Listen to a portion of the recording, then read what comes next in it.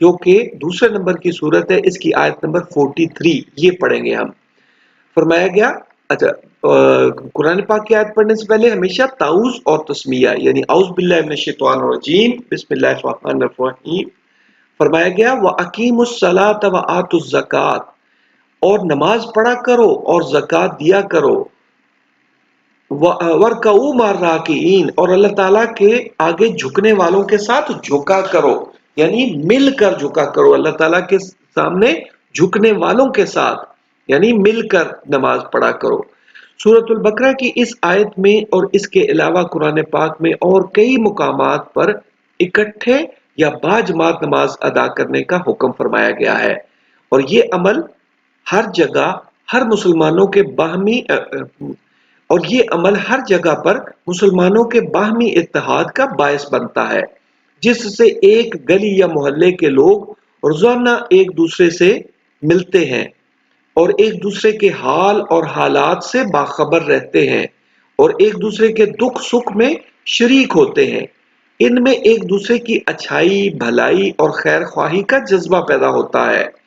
نماز کا نظام مسلمانوں کو مسجدوں میں بلانے اور اکٹھا کرنے کا ایک بہترین ذریعہ ہے۔ اسلامی معاشرے میں مسجد مسلمانوں کے اتحاد کی علامت ہے۔ رسول اکرم صلی اللہ علیہ وسلم نے مسجد کو صرف عبادت کی جگہ قرار نہیں دیا، بلکہ اسے مسلمانوں کے سماجی، سیاسی، علمی اور رفاہی کاموں کا مرکز بنایا تھا۔ آپ صلی اللہ علیہ وسلم کی تمام اصلاحی اور تعمیری سرگرمیاں مسجد نبوی سے انجام پاتی تھیں۔ یہی مسجد مسلمانوں کی پارلیمنٹ ہاؤس تھی، یعنی وہاں پہ بڑے بڑے فیصلے ہوا کرتے تھے کہ کس کے ساتھ ہم نے معاہدہ کرنا ہے، کس کے ساتھ جنگ کرنی ہے، کس کے ساتھ کس طرح کا برتاؤ کرنا ہے۔ یہ سارے فیصلے جو ہیں بڑے بڑے حکومتی فیصلے، یہ مسلمانوں کے مسجد نبوی میں ہی ہوا کرتے تھے۔ وہی سپریم کورٹ تھی، یہی مسجد سپریم کورٹ بھی تھی کہ وہاں پہ مقدموں کے فیصلے، آپس کے مقدموں کے فیصلے بھی وہیں پہ ہوتے تھے۔ ہر قسم کی تعلیمی کارروائیاں اسی مسجد سے سر انجام پاتی تھی، اور یہی مسجد دفاعی اقدامات اور جنگی حکمت عملی کے لیے بطور مرکز بھی استعمال ہوتی تھی۔ رسول اللہ صلی اللہ علیہ وسلم نے مسجد و مدرسہ کو مسلم معاشرہ کا محور بنایا تھا، اور مسجد کا کردار زندگی کے ہر شعبے پر محیط تھا۔ آج بھی ہماری مسجدوں کو معاشرے کا محور اور مرکز ہونا چاہیے، جہاں ہم اپنی گلی محلے میں بسنے والے سب لوگوں کی فلاح و بہبود کا سوچیں، اپنے قریب کے ضرورت مندوں کی مدد کرنے کا اور مشترکہ مسائل کا باہمی حل صلاح مشورے سے حل یعنی ضرورت مندوں کی مدد کرنے کا اور مشترکہ مسائل کا باہمی صلاح مشورے سے حل تلاش کریں۔ یعنی یہ مسجدوں کا کردار تھا نبی پاک صلی اللہ علیہ وسلم کے دور میں، اور یہی آج بھی ہونا چاہیے۔ مسجدوں میں ہمیں اکٹھا کرنے کا مقصد ہی یہ ہے، یعنی ایک مقصد یہ بھی ہے کہ ہم جو ہے یہ ہماری جو مسجدیں ہیں ہمارے اتحاد کا باعث بنے۔ اوکے، اب نیکسٹ پیج پہ جاتے ہیں، اور سب سے پہلے ہم اپنے رب کا شکر ادا کریں گے۔ ہم کہیں گے الحمدللہ کہ آج ہم نے جانا کہ ہمارا دین ہمیں اتحاد کا سبق دیتا ہے، اور عملی طور پر ہمیں متحد کرنے اور رہنے کے لیے اللہ رب العزت نے ہمیں مسجد میں جا کر باجماعت نماز ادا کرنے کا حکم دیا ہے۔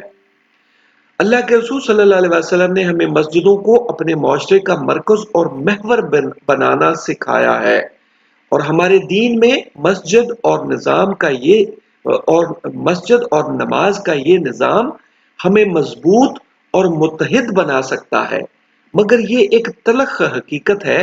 کہ ہم نے اللہ رب العزت کے اس نظام کی روح کو نہیں سمجھا، اور مسلم امت اس کے ثمر سے یعنی اس کے فائدے سے، اس کے پھل سے محروم ہے۔ دنیا میں 25% مسلمان ہیں، یعنی ہر چوتھا انسان مسلمان ہے۔ تو ذرا سوچیں کہ اگر یہ سب اللہ تعالیٰ کے حکم کے مطابق اکٹھے ہو جائیں جیسے کہ انہیں نماز میں اکٹھا کیا جاتا ہے، تو کیا کوئی اور طاقت یا جمعیت مسلمانوں سے بڑھ کر ہو سکتی ہے؟ ہرگز نہیں۔ بلا شبہ مسلمان ایک حقیقی عالمی سپر پاور بن جائیں گے، اور یہ جو ہے اس میں کچھ شک نہیں ہے کہ مسلمانوں نے اس کی طاقت کو مسجد میں یعنی نماز اور مسجد میں آنے کی جو مفہوم ہے اس کی جو روح ہے اس کو نہیں سمجھا، ورنہ مسلمان آج یقیناً سپر پاور ہوتے ہیں اس دنیا کی۔ اور یہ بات جو ہے ہم نے لوگوں کو بتانی ہے، لوگوں کو سمجھانی ہے، کیونکہ ہماری آپس کی مسجدیں بھی ایک دوسرے سے جو ہیں وہ ناراض اور فرقوں میں بٹی ہوئی ہیں۔ یہ بالکل اس اللہ رب العزت کے اس حکم کے اور اس حکم کے اگینسٹ جا رہے ہیں، اس کے خلاف ہم جا رہے ہیں، بجائے اس کو سمجھنے کے، یعنی نماز کی اس خاصیت کو، نماز کے اس فائدے کو سمجھنے کے، ہم اس کے خلاف جا رہے ہیں۔ اسی لیے ہمارا یہ فرض ہے کہ ہم لوگوں کو بتائیں کہ نماز کا ایک یہ بھی مقصد ہے، متحد ہونا بھی نماز کا ایک مقصد ہے، اور یہ ہم زیادہ لوگوں کو نہیں تو 4 لوگوں کو تو کم از کم ہم لازمی بتائیں، رائٹ؟ تو اس میں سے 4 پوائنٹس آپ اکٹھے کر لیں اور اس کو اپنی کاپی پر لکھ لیں، اور پھر 4 لوگوں تک آپ نے یہ بات ضرور پہنچانی ہے تاکہ ہم اپنا فرض ادا کریں، اور ایسا ہو کہ سب لوگ جو ہے اس بات کو سمجھ جائیں، اسلام کی اس طاقت کو، نماز اور مسجد کے اس نظام کو سمجھ جائیں، اور ہم انشاءاللہ اکٹھے ہو جائیں اور مسلم امت جو ہے وہ بن سکے انشاءاللہ۔ جزاک اللہ خیر، بہت شکریہ، اور اللہ حافظ، ٹیک کیئر اینڈ اللہ حافظ۔